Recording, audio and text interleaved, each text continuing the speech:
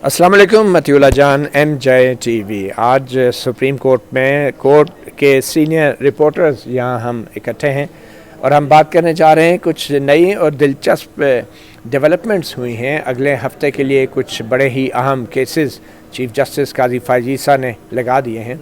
ये वो केसेस हैं जिनका ताल्लुक़ उन आइनी और कानूनी सवालात से था कि जिन सवालात के जवाब चीफ जस्टिस उमर अता बंदयाल के दौर में भी देने की कोशिश की गई।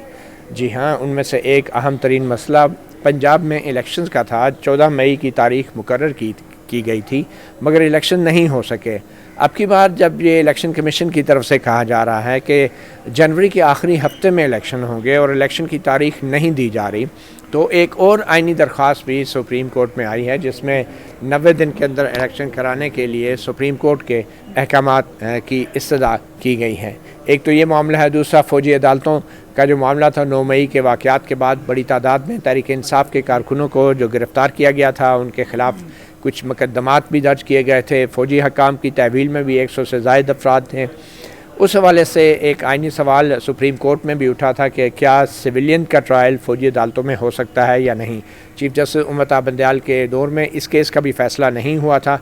अब जबकि chief justice Umar Ata Bandial retire हो चुके हैं, तो जो बाकी मादा जज थे, जो चीफ जस्टिस उमर अता बंदयाल की सरबराही में जो एक बेंच था, 6 रुकनी बेंच था, उनमें से अब 5 रुकनी रह गए हैं और जस्टिस एजाजुल एहसन का बेंच भी अब मुकर्रर कर दिया गया है। उन्होंने अब इस सवाल का जवाब देना है कि क्या सिविलियन का ट्रायल फ़ौजी अदालतों में हो सकता है या नहीं।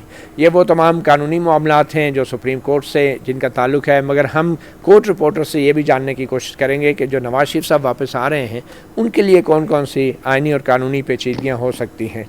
तो सबसे पहले तो मैं जानना चाहूँगा जावेद अब्बासी, आपसे ही गुफ्तगू का आगाज़ करते हैं। ये जो कुछ अहम केसेस लग गए हैं अब आइंदा हफ्ते के लिए, इनमें से एक केस तो इलेक्शन के हवाले से है, तो इसके बारे में कुछ बताएंगे। ये आइनी दरख्वास्त है क्या और इसमें सुप्रीम कोर्ट से क्या इस्तदा की गई है? जी शुक्रिया मती साहब। ये जो पटिशन सुप्रीम कोर्ट में आई है सुप्रीम कोर्ट बार एसोसिएशन की जानिब से, और फिर उसके बाद पाकिस्तान तहरीक इंसाफ का भी ये मुतालबा रहा है कि इंतखाबात का इनेकाद करवाया जाए। ये केस पहले भी एक फ़ेज़ में सुप्रीम कोर्ट में चल चुका है। जब एक पुलिस वाले के तबादले के केस शुरू हुआ और फिर जुडिशरी अंदरूनी तौर के ऊपर इख्तलाफात का शिकार हुई, और फिर उस वक्त के चीफ जस्टिस उमर अता बंदयाल ने जो फ़ैसला दिया उसके ऊपर वो इम्प्लीमेंट नहीं करवा सके। और इसके बारे में भी ये कहा जा रहा है कि शायद वो जो फ़ैसला जिस पे इम्प्लीमेंट नहीं हो सका वो भी फ़िक्स मैच था, या उस पर भी जुडिशरी कहीं ना कहीं ऑन बोर्ड थी। तो अब 3 रुकनी बेंच इस केस पर समाअत कर रहा है, लेकिन इतलात ये भी आ रही हैं कि ये इसी नौयत का एक केस लाहौर हाई कोर्ट में भी पेंडिंग है।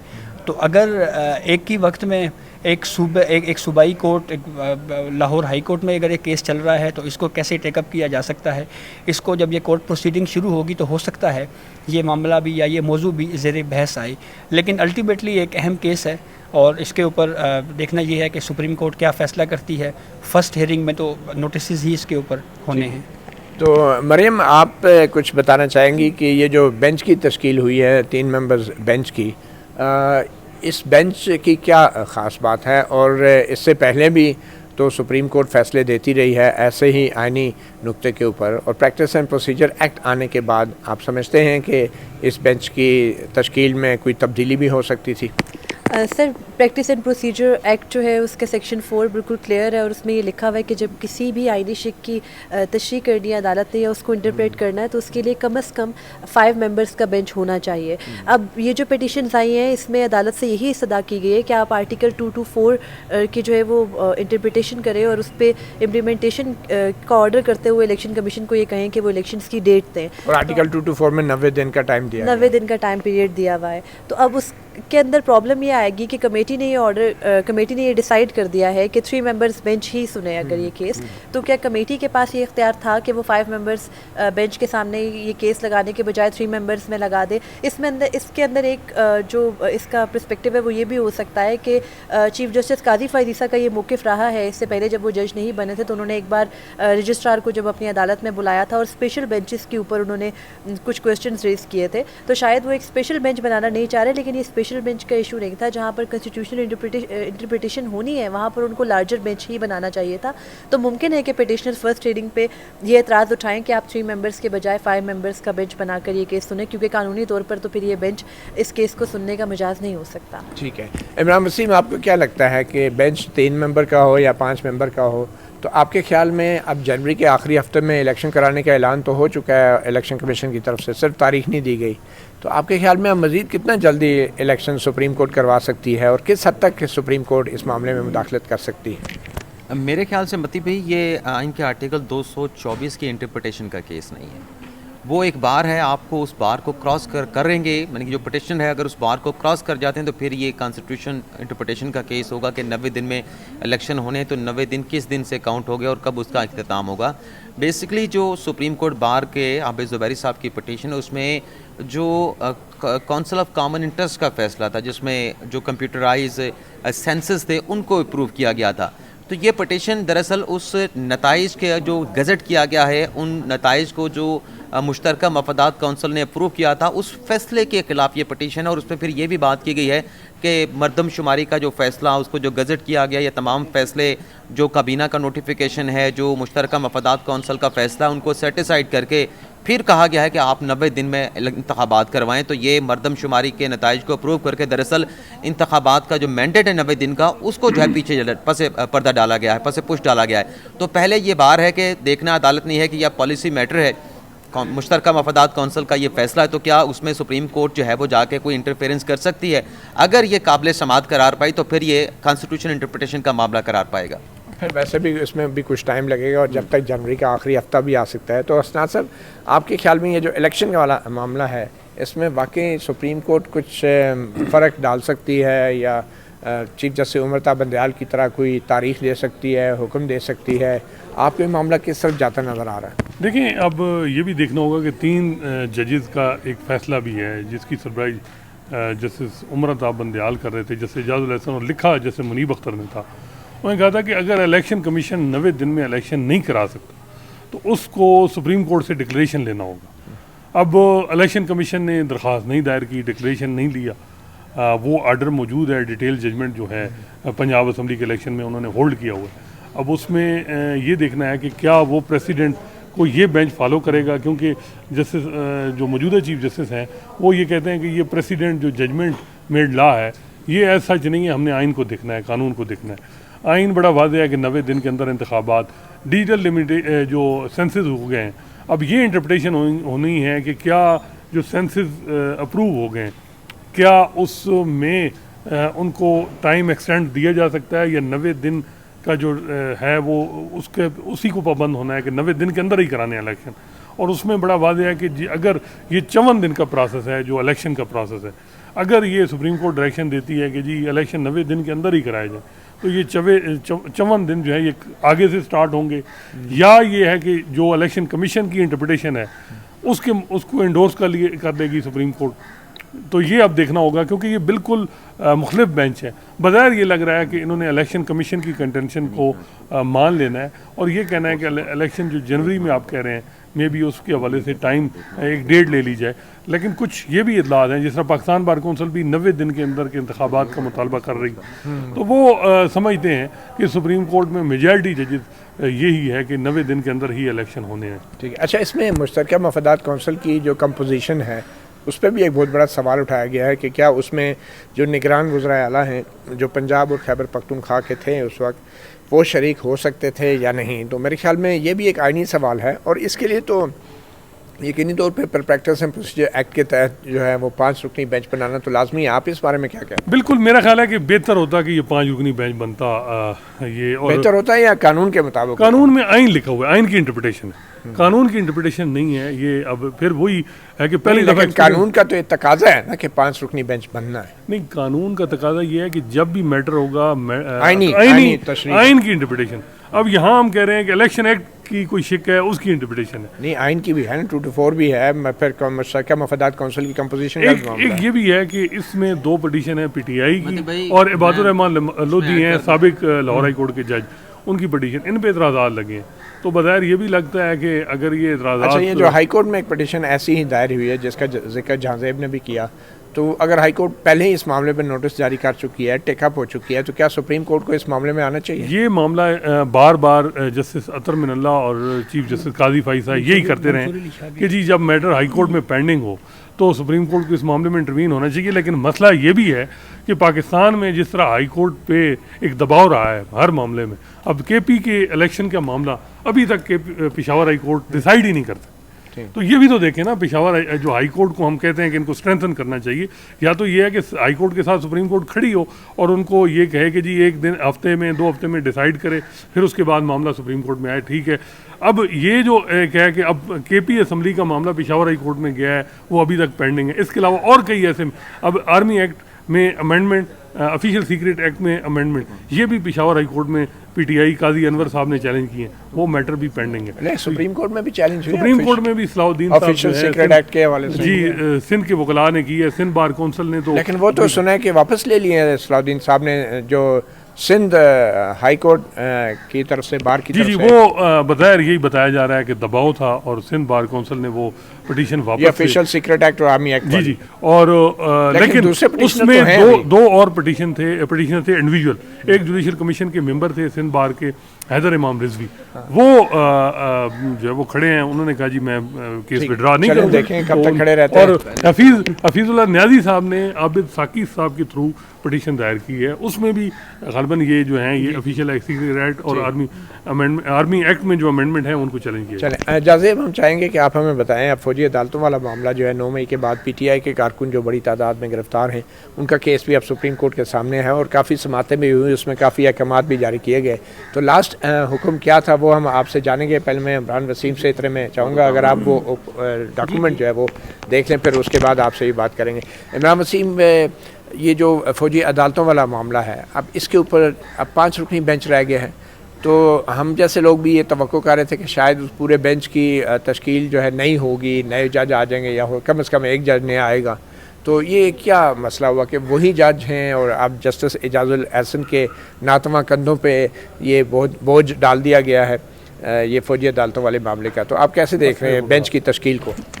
पहले तो जो आपने कहा कि नातवा कंधे, एक जज के कंधे कैसे नातवा हो सकते हैं? ये केस उनके सामने है, उनको डिसाइड तो करना है। लेकिन इस मामले पे डिटेल पे आने से पहले आप अभी जो कंपोजिशन की बात कर रहे थे, मुश्तरका मफादात काउंसिल की कंपोजिशन की, कि उसमें 2 निगरान वज़रा आला थे, एक पंजाब के थे और एक उसमें KPK के थे, तो ये भी आइनी इंटरप्रिटेशन का मामला। तो मेरे ख्याल से ये भी आइनी इंटरप्रिटेशन का मामला नहीं है, उसमें फ़ैसला वहाँ पर कसरत राय से होना है। आप फ़र्ज़ करें कि KP और पंजाब का वज़ीर आला था ही नहीं, अगर वो मुंतखब भी होते तो वहाँ पे कसरत राय के साथ फैसला हो जाता। अगर पंजाब का वज़ीर वहाँ पे उसको जो है वो अपोज़ कर रहा होता, KPK का अपोज़ कर रहा होता, तो बाकी मेजॉरिटी में बलूचिस्तान हो गए, सिंध हो गए, वफाकी हुकूमत हो गए, उन नताइज को एंडोर्स कर रहे थे, तो वो अक्सरियत के साथ फैसला होना है।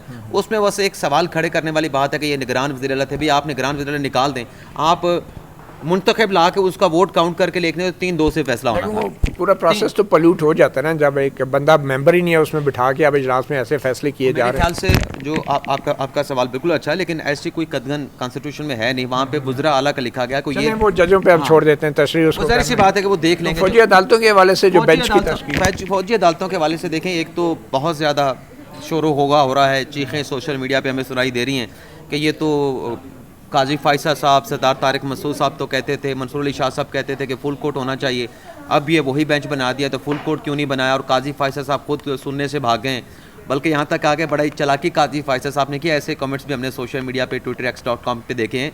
बात यह है कि जो ये इस तरह की बातें करने वाले हैं, वो मेरे ख्याल से क्योंकि कानून होता नहीं है, या अगर कानून का पता भी हो तो आधा सच कहेंगे, आधा सच जो है वो रोक लेते हैं अपने पास, ताकि आवाम को जो है वो आधा सच बता के उनके जहनों को पोल्यूट किया जा सके। इसमें आप देखें कि जब ये फुल कोर्ट बनाने की बात की जा रही थी, या सरदार तारिक मसूद साहब ने की, काजी साहब ने की, जिस जज ने भी की, वो उस वक्त की जब प्रैक्टिस एंड प्रोसीजर कानून जो है वो अंडर सस्पेंशन था, वो 8 रुकनी बेंच के सामने हुक्म इम्तना आ चुका था। तब वो कह रहे थे 2 चीज़ें, वो कह रहे थे, एक चीज़ नहीं कह रहे थे, वो कह रहे थे कि फौजी अदालतों का फैसला करने से पहले प्रैक्टिस प्रोसीजर केस का फैसला कर लें, अगर उसका फैसला नहीं करना फिर आप फुल कोर्ट तश्कील दे दें। अब जब ये केस दोबारा टेकअप किया गया है, इसको फिक्स किया गया है समात के लिए, तो प्रैक्टिस प्रोसीजर केस का फैसला हो चुका है। वो आपको याद होगा कि आयशा मलिक साहबा का बार बार सवाल के अगर हम फुल कोर्ट फैसला करेंगे तो राइट ऑफ अपील कहाँ पे जाएगा? आज अगर केस में वही फुल कोर्ट बन जाए तो फिर मिलिट्री कोर्ट के फैसले के खिलाफ कोई भी गरीब होगा आज अगर फुल कोर्ट बनता तो फिर राइट ऑफ अपील कहाँ पे जाता? खैर ये उस तो मेरे ख्याल कानून में को- वजह नहीं होगी। असल उस- चीज़ यह है सुनिए, कि ये जो 5 जजेस हैं सारी बातें इनको एक 3 मेंबर कमेटी ने बिठाया है। एक इन 5 एक जजों करके सारी बातें बताता हूँ ना। अब फुल कोर्ट नहीं बना, 5 रुकनी बेंच है, जो पहले 6 था उसमें एक जज तो बंदियाल साहब रिटायर्ड हो गए, अब बाकी 5 रुकनी बेंच आया है। अब ये फैसला इस बेंच का कोई काजी साहब ने नहीं किया, कमेटी ने किया है कानून के मुताबिक। उस कमेटी में इजाजुल एहसन साहब भी हैं, उसमें सरदार तारिक मसूद साहब भी हैं। अकेले का फैसला नहीं, कमेटी का फैसला है। प्रैक्टिस तो आपके ख्याल में इजाजुल एहसन साहब ने कहा होगा कि मैं नहीं बैठता इस बेंच पे, तो बाकी दोनों ने कहा होगा नहीं आपको बैठना पड़ेगा? नहीं, मुझे कमेटी की कार्रवाई को तो नहीं पता कि उन्होंने क्या कहा। जैसे आपने अभी कहा कि इजाजुल एहसन साहब के नातवा कंधे, इस बारे में मुझे कोई इल्म नहीं। इस बारे में आपसे हम सवाल पूछेंगे आगे चल के। लेकिन बात यह है कि अब जब ये 5 रुकनी बेंच सुनेगा, जो कि ऑलमोस्ट केस को सुन चुका है, 95% और मेरे ख्याल में पार्ट हेड है, आधे पार्ट हेड। पौने घंटे की समाअत सिर्फ बाकी रहती है। 1 घंटा अटॉर्नी जनरल साहब ने कहा था, 15 मिनट खोसा साहब ने कहा था, तो 1.25 घंटा टोटल बनता है। आप 2 घंटे लगा लें।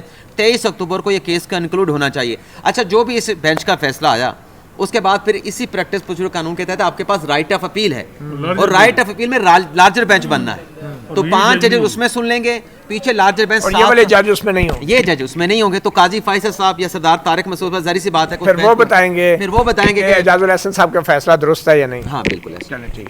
जावेद साहब, वो लास्ट टाइम फैसला करेंगे। जी वो लास्ट टाइम क्या ऑर्डर किया था चीफ जस्टिस उमर बंदयाल वाले बेंच ने कि अटॉर्नी जनरल से क्या तय हुआ था? आखिरी हुक्मनामा क्या था फौजी अदालतों वाले मामले में? मती साहब, लास्ट ऑर्डर से पहले आपने एक लफ्ज़ इस्तेमाल किया, तो मैं उसके ऊपर एक एतराज़ है मेरा। जो आपने कहा ना जी कि नातवा कंधे हैं इजाजुल एहसन साहब के, तो इजाजुल एहसन साहब उस पानामा JIT का हिस्सा थे जिसने एक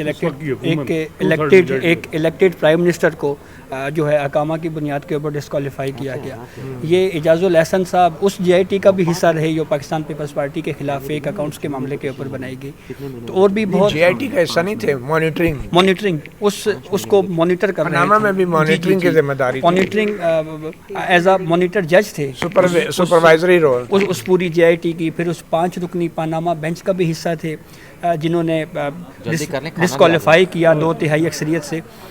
तो अब इस आप ये कह रहे हैं नातवा कंधों ने बड़े बड़े बोझ उठाए। इससे बड़ा जो है, मैं ये बात करूंगा कि ये जो अभी सुप्रीम कोर्ट प्रैक्टिस उन्होंने कहा पार्लियामेंट कॉम्पिटेंट नहीं है। पार्लियामेंट को उन्होंने शीशा दिखाया।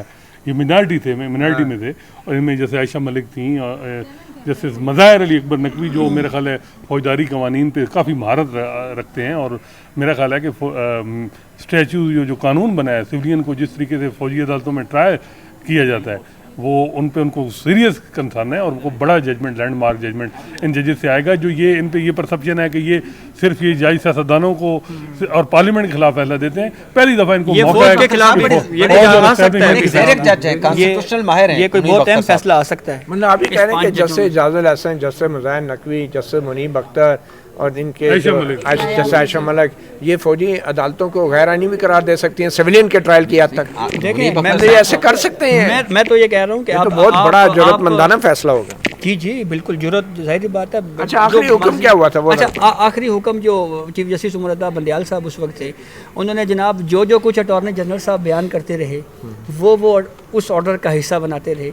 अटॉर्नी जनरल ने कहा है कि फ़ौज की ज़ेर हिरासत किसी भी शख्स को जो है वो कैपिटल पनिशमेंट नहीं होगी।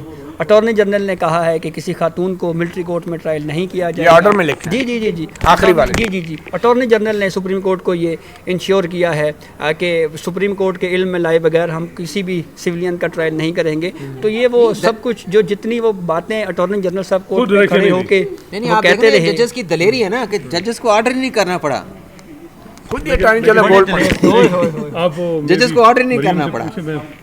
जी सर, एक उसमें बड़ा इम्पोर्टेंट है कि अभी जुनेद रज़ाक एक हैं पटिशनर, उनकी तरफ से सलमान अकरम राजा ने दरख्वास्त दायर की है कि जी ट्रायल स्टार्ट हो गए, और हमने उनको आर्डर दिया है कि जी ये आर्डर है। तो उन्होंने आर्डर रख के जो अस्करी जज थे उन्होंने साथ अलग रख दिया। उन्होंने कहा ठीक है जी आप प्रोसीड करें, यानी सुप्रीम कोर्ट के आर्डर। ये एडवोकेट जुनैद रज़ाक ने एफिडेविट सलमान अकरम राजा साहब ये एडवोकेट भी हैं और उनके बेटे भी फौजी ट्रायल उन्होंने सलमान अकरम राजा साहब की जो दरख्वास्त है उसमें है। अब ये असल इम्तिहान है इस बेंच का कि क्या वो उस जो वेरीफाई करवाएंगे। ये हुकूम अदूली हुई है, लेकिन जो मेरे नोटिस करेंगे अटॉर्नी जनरल के जरा ये कह रहे हैं उनके दफ्तर से कि ऐसा कोई ट्रायल कुछ भी शुरू नहीं हुआ। राजा साहब से बात हुई और सलमान अकरम राजा को खदशात ज़रूर हैं, उन्होंने दरख्वास्त भी दायर की है, लेकिन अटॉर्नी जनरल के ज़राए तरदीद कर रहे हैं सख्ती से।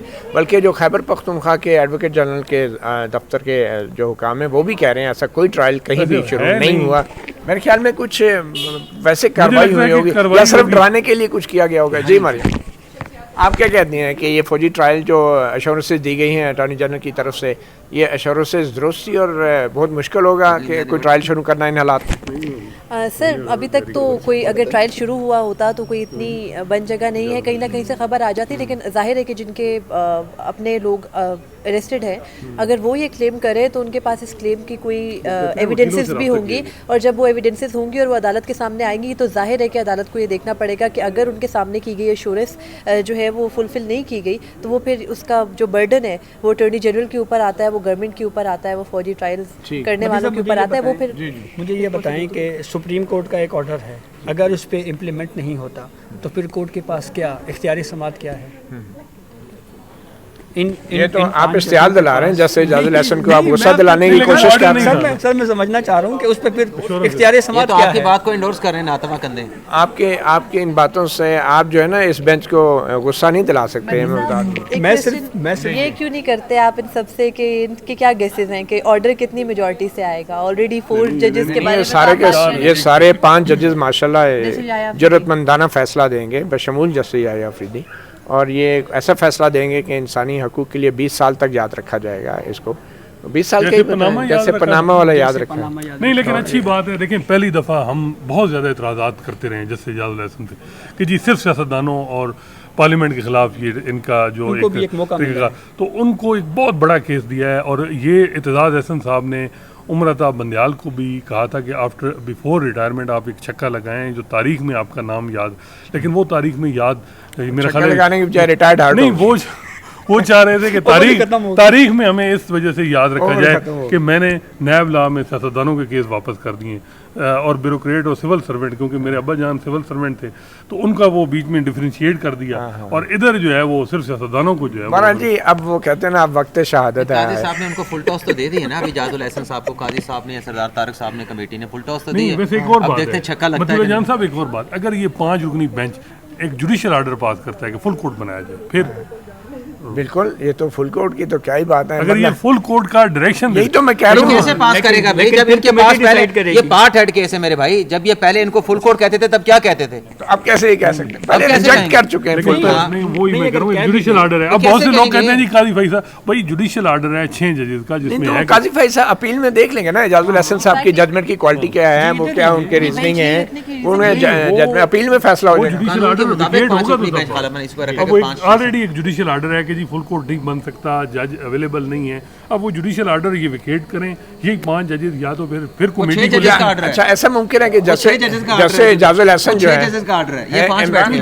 ये जस्टिस जाजुल एहसन जो हैं वो ऐसा हो सकता है एक JIT बना के उसको खुद निगरानी उसकी करें, सुपरवाइज करें कि फौजी अदालतों में जो केस चल रहे हैं या आईनी हकूक के जो पैरामीटर उनके फिर उसके ऊपर राइट ऑफ अपील ना आ जाए कि क्या ये JIT बना सकते थे ऐसे मरले के ऊपर? पहले जैसे जाजुल एहसन का पहले भी तजर्बा कौन होगा सर? नहीं देखें, जैसे जाजुल एहसन का पनामा केस में तजर्बा है, वो JIT और फिर मॉनिटरिंग करते रहे साहब अदालत की, तो फौजी अदालतों की भी मॉनिटरिंग करके देख लेना। वो सरदार तारिक मसूद साहब के रिमार्क्स भी आए थे, वो आपको याद होगा कि जो जमात इस्लामी की पटिशन जो सबसे पहले आई थी, पनामा का स्कैंडल कब आया था? अप्रैल 2016 में, और सबसे पहली पटिशन जो लेके आए थे वो जमात इस्लामी और तारिक असद साहब थे।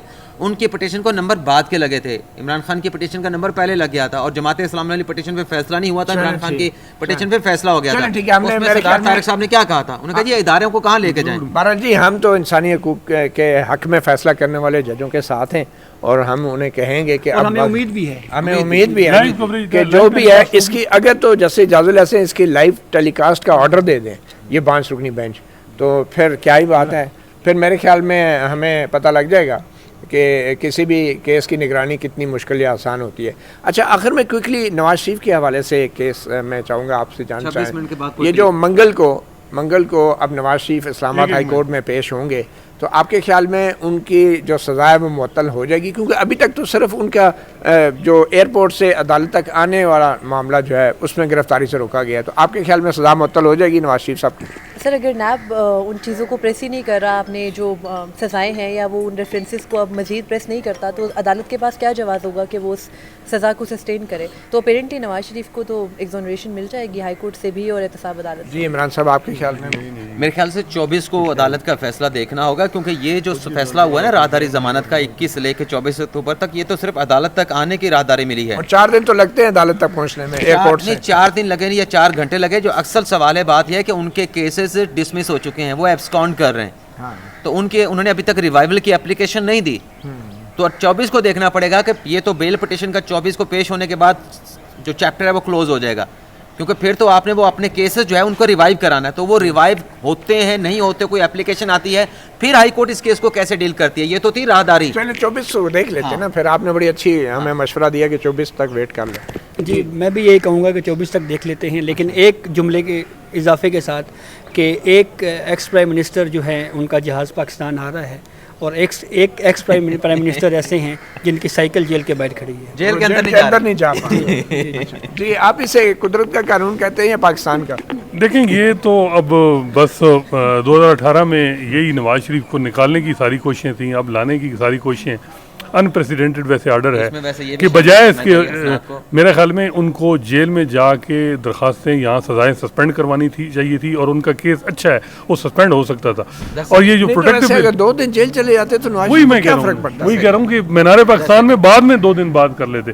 ये असल में लगता है नून लीग से मैनेजमेंट गलत हुई, और नुकसान ये हुआ है कि अदालतों को गैर ज़रूरी तौर पर अब तनकीद का निशाना ये इस वजह से हो रही है कि जी ऐसा जो रिलीफ मिला है इमरान खान को ये अनप्रेसिडेंटेड है। बस अब इसमें एक कन्विक्टेड आदमी खान को नवाज शरीफ को, खैर इमरान खान को मिक्स कर रहे हैं, वैसे दोनों के हालात एक जैसे ही है दोनों। लेकिन आजकल उन पे, क्योंकि अब एक तो चीज़ परसेप्शन बड़ी क्लियर हो गई है ना कि जहाँ रियासत की इंटरेस्ट होता है उन केसेस में अदलिया हमारी वो भी जो है वो रिलीफ बड़े ठीक दे देती है, जहाँ नहीं होता वहाँ। मेरे ख्याल में इस वक्त हमारे पास 2 बात यह है कि जैसे अब नवाज शरीफ के आने पे चीखें हैं, जिस वक्त वो लंदन जा रहे तब भी ऐसी चीखें सुनाई देती, लेकिन बात यह है जो आप बात कर रहे थे कि नवाज शरीफ को 2 दिन 3 दिन के लिए जेल जाना चाहिए, तो ये जब 24 को रिवाइवल होना है तो मेरे ख्याल से प्रोसीजर यही बनता है। नहीं वो तो राहदारी मांग ली ना, उसके बाद अभी इनका मुकदमा उसी तरह से स्टेटस वही है, एब्सकॉन्ड कर रहे हैं। बहरहाल बात यह है कि 2 साबिक वज़ीर-ए-आज़म जो हैं वो मैं इसलिए कह रहा हूँ कि एक जैसे हालात का शिकार हैं कि एक कानून का कैदी है